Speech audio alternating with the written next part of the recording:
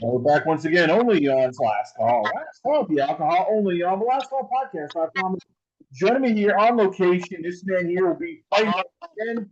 This time he'll be taking a big step up as he'll be fighting on the Zoom April 25th at the Fontainebleau, Las Vegas, Nevada, against the undefeated Isaac Garcia. He's ready to make some noise and come one step closer to fighting for a world title. I give you once again AK-47 himself.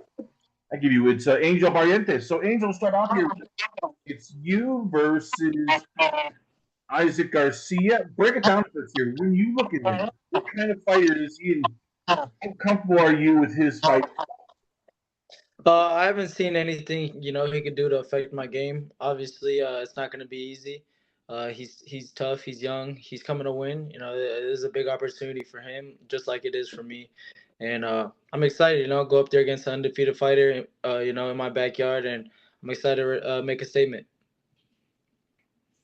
I know some fighters like watching other guys and studying them. I know you're not. Like for you, how much of this when you do your training camp is about? Okay, I'm just going to improve on me. I'm going to focus on the best me and not worry about what he will bring. Yeah, no, I don't really watch too much. I only need like a round. I only watch like a round or two, and then I kind of, I could see a lot in that amount of time. So, yeah, no, definitely, I'm not expecting anything easy. I know he's coming to win. I know, he's gonna try to get me off my game, but that's easier said than done. And I'm excited to go up in there and, like I said, prove a point. I want to go in there and show that there's levels to this. So for this fight camp, like what have you been doing differently? I mean, you're coming fresh off a win against Jorge De Jesus Romero. So this camp, like what have you changed? Maybe like more road work, more less sparring, more maybe working on technique. Like what are you doing to prepare for this fight? Yeah, I'd say definitely a lot more technique. There's always room for improvement. Fixing some holes and tighten up some things, and basically, uh, same thing I'm always doing, just getting better each day. With my dad in the gym, and yeah, I've had a great camp so far, and I feel 100%, and I'm ready for next Saturday. What does that mean, a great camp? Because I hear that sometimes. Well, I had a great camp. Like, does that mean does that mean everything was planned? There's no setbacks. Have you ever had a bad camp? Yeah, I mean, it's boxing. Obviously other things played a part.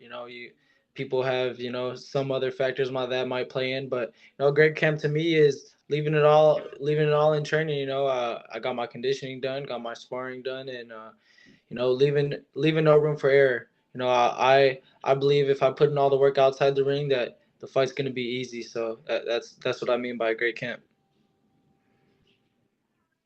Each year, you're still trying to make super bantamweight, and that's getting tougher and tougher because you're a tall guy. You're trying to cut down to this Yeah. weight. So, what have you changed in terms of like for you? Like, all right, different eating habits, maybe weight training. Like, how do you make sure that each camp, the cut isn't bad, so you're not like just drawing yourself out with a week to go, and you're like, I can't eat anything except for maybe a handful of rice. Yeah. No, definitely. I feel like every time I cut weight, I learn something. So, honestly, my last fight was the easiest I've ever made weight. I've had a good weight cut, and this camp I'm following the same steps, and right now I'm not even too far off, and I don't. The weight's not a problem for me. So you said you learned something different every camp in terms of weight cutting. So for you, like, what was the biggest thing you learned in the last couple of fights in terms of how to treat your body? Like, or is there different things you're starting to eat? Is there different ways you're like, all right, cycling, Yeah. water weight? Yeah, I mean, you just kind of play around with the amount you lose. You play around with that final cut, and you kind of find where that middle ground is, where you feel good enough to lose that amount of weight. And feel like that's something I kind of learned along the ways. And yeah, like I said, my last fight was super easy, and uh, I'm following the same steps. And yeah, that for me, I'm really disciplined, especially with my diet and the things I do. So I'm really on top of that. What's the biggest change you've made to your diet in terms of making it easier for you? Like, what was it that was like, okay, eliminating this or adding this or Yeah, maybe changing the type this? of food I eat. Maybe the type of food I eat. as I get a little bit older, I know I'm still young, but I've been boxing for a long time. I've been cutting weight for a long time. So I think as I got older, I started paying attention to what I eat, the nutrition part of size, carbs and things like that, and I think just dialing in more on the nutrition is what I've been learning. How tough is that? Because you want to like spice things up so it doesn't. So all of a sudden your brain's not going. I really need this. I really need this. I really want this because, as you said, you're following a very strict pattern. So how do you sort of spice things up so it's not like, okay, I'm having chicken, I'm having a little bit of fruit, and that's it. And Yeah. all of a sudden you're like, I really want a pizza. I really want a steak. No, you just gotta kind of get creative. You gotta get real creative with the meals. I feel like I'll be going on TikTok and stuff, and what meal prep can I make? What recipe can I make? I've been having like, I don't know, like protein pancakes and stuff, and trying to healthy make the versions of food I already eat healthy. So that's what I've been doing to kind of keep it fun. But I'm ready to eat, so I can't wait for next week because I'm ready to get a good meal in. We'll go back to this fight in a bit. Take me to your last fight against Jorge Jesus Romero. Impressive victory. You improved to a 14-1 with 9 knockouts. What went right? What went wrong? And when in that fight do you realize, like, okay, I don't have to worry about anything he's going to do. I can take over this fight within a snap of my fingers. Yeah, no, definitely. Romero was a tough fighter. He was coming to win. I was in his backyard. He's from Florida, so he had a lot of people out there, and it just proved to myself what I could do. I went in there. I know I was the A side, but it felt like I was in enemy territory. And he was tough. He did exactly what everybody else tries to do, and tries to break me down, try to get to the inside. But yeah, like I said, it's a lot easier said than done, and I really pushed myself in that fight, and once I knew nothing he could do could affect me, I stepped on the gas and we got him out of there. One of the things I noticed watching that fight was around the second round, you're starting to go to the bottom a lot more. You're attacking him. He's Yeah. 5'4", so you're looking, okay, I want to just open him up. Like, was that by design, or was that something that you and your brother saw? Okay, hey, this is what he's going to give me. Yeah, no, of course. I'm gonna hit wherever's open, and I feel like a lot of people, just because I'm telling lengthy, let's try to get to his inside, let's try to break him down. But I fight on the inside just as good. I love fight on the inside just like I do on the outside, and I think they forget that. Take me to the 10th round. Because that's when usually by the 10th, you're getting a little bit more tired. You've been through 9 rounds of hell.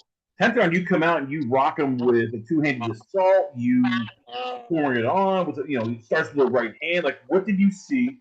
And then when did you realize, like, okay, the right hand can land and just get rid of him? Yeah, I know he was definitely worried about, I was catching with some good hooks and right hands. So, I never give up. I said it in the last couple interviews that, I looked at my dad and I told him it was the 10th round. He says the last round. I said, I'm good. I said, I'm not tired. This guy can't do anything to me. So I started, getting on that front foot and I landed a good shot and I took full advantage of it. Once I caught him with that shot, I didn't stop throwing until the ref jumped in. How nice is it for you getting that knockout? Not just the knockout itself, but like, all right, hey, I was as fresh as I was in round 3 all the way to round 10. It wasn't this, exhaustion. Like, how much do you look back at that fight and go, okay, I really turned a corner here. Yeah, no, looking back at that fight, I'm proud of myself for going out there and doing that. I think I put it, I worked so hard. I feel like I always tell my dad that, I've been training for this moment since I was a kid. All the days, when I was young, working out, running with my brother and stuff. It all plays part. And just in that fight, I brought it out of me, and I think it showed to a lot of people. I'm here to fight. I'm not here to come take part, and that I could do damage. So I'm excited for the next one. And looking back at that fight, I feel like it just gives me more confidence going into my next one. I know you're fighting once again. It's going to be April 25th. You're fighting against Isaac Garcia. What's the plan for the rest of the year? Is there like a plan? Like, okay, we want to fight 2 more times. I want to, start maybe get a televised fight? Like, I know you don't want to look past it, but like, what is, I guess, the lane in terms of like, I want to keep busy instead of just like one, maybe two fights a year.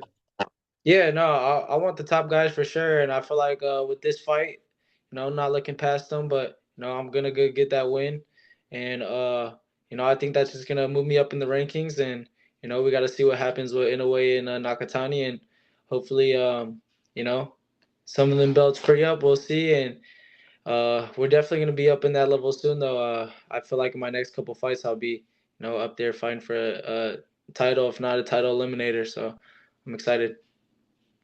How tough is it not to look past him? Because as you said, you're right on the cusp. All of a sudden, it's like, hey, you're ranked, around the top 25, top 50. All of a sudden, if you win this fight, it's like, hey, maybe top 15, top 10, and you're going, hey, maybe Gary Antonio Russell, maybe, you know, Manuel Flores. But yes, again, you can't look past him. So for you, how tough is that focusing on the fight and yet everything that you dreamed about since you were little is like right there, right on your fingertips? No, for sure. This is what I do. I'm in the gym 24/7, and I feel like this fight's no different than me going in there and sparring. I've been fighting since I was a kid, and I'm not looking past nobody. But I'm definitely excited to go in there. I haven't fought since July, so it's been a little minute, and I just can't wait. I'm super excited to go in there, and honestly, I don't know what else to say. I'm just ready. How tough was that not fighting since July? Because again, it drives people crazy when sometimes everything's put on hold. So for you mentally, like, how did you deal with it without going just insane? That you can't force them. You have to wait for them in some ways to develop. Yeah, yeah. No, I think everybody's timing is different, and you know, me, I go in there. I don't really feel no ring rust. This is what I do, so I'm very confident in what I could do in the ring, and no, it doesn't matter the time for me. I'm always ready to go back in there and get to work.